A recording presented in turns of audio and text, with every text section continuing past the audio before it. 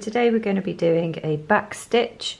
So I've just got some lilac thread here, embroidery thread, and I'm just going to start over here on the right hand side. I'm going to bring my needle up from the back, and then I'm going to do one stitch forwards, and then I'm going to go a similar length forwards again. And then I'm going to take my needle back down through the hole of the end of that previous stitch. I'm going to go forwards one stitch length again, and then take it back down through that end hole of that previous stitch.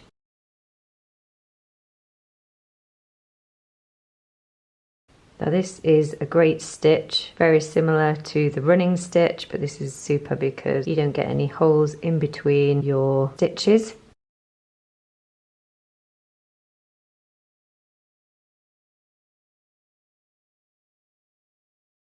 And you can see that I drew a white line on to begin with, not on the back.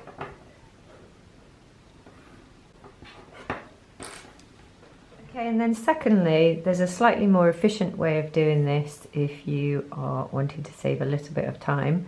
So once again, I do one stitch length. So once you've got your stitch in, you're just going to bring your needle up, so it's a stitch length gap. Just taking it out of the hoop actually. So I'm just going to take my needle back through that previous hole and then bring the needle up through a stitch length over there. Take my needle down through that previous hole and skip another stitch length over here. And you can see that this is a slightly quicker method of doing it.